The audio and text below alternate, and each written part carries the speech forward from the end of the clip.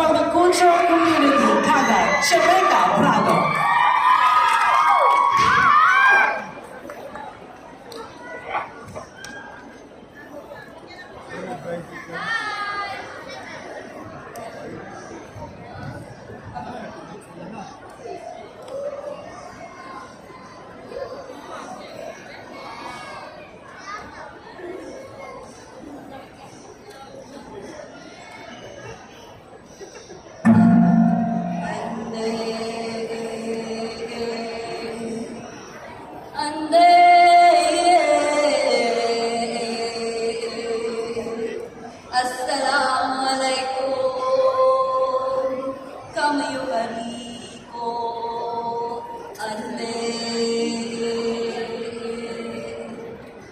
Today, Kagan music serves as entertainment, but before, it was live. Let me take you back to the old days.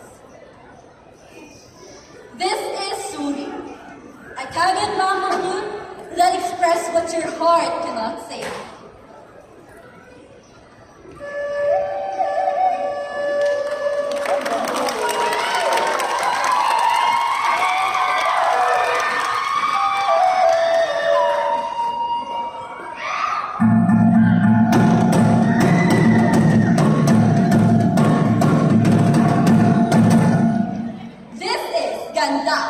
A unique Kagat instrument, two-headed drum with stick on the right and hand on the left.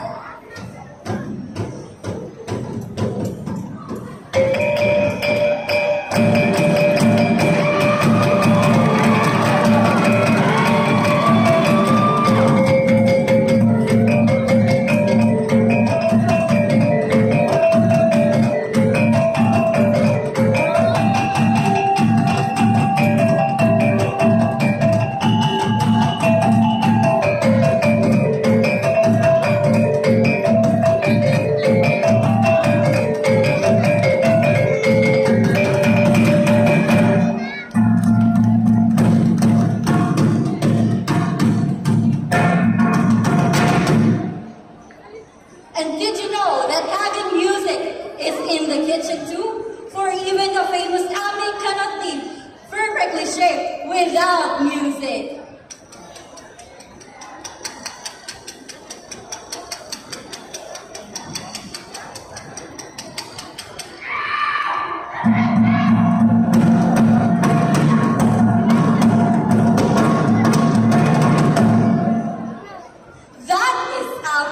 As sea settlers, we were the first to encounter invaders and traders.